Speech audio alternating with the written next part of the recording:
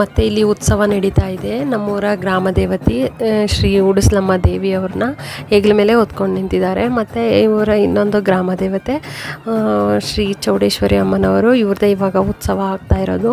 ಈ ಉತ್ಸವ ನಡೀಲಿಕ್ಕೆ ಅಲ್ಲಿ ಒಂದು ಪಂಜಿ ಇಟ್ಕೊಂಡಿದ್ದಾರಲ್ಲ, ಅದು ಇರಲೇಬೇಕು. ಮತ್ತು ದೋಣ್ಣಜ್ಜಿ ಅಂತ ಇರುತ್ತೆ, ಅದರ ಅರೆ ಬಡಿದ್ರೆ ಮಾತ್ರ ಚೌಡಜ್ಜಿಗೆ ಮೈ ಮೇಲೆ ದೇವರು ಬಂದು ಈ ಥರ ಅದ್ದೂರಿಯಾಗಿ ಉತ್ಸವ ನಡೆಯುತ್ತೆ. ಚಿಕ್ಕ ಮಕ್ಕಳಿಗೂ ಕೂಡ ಈ ಉತ್ಸವ ಅಂದರೆ ತುಂಬಾ ಇಷ್ಟ.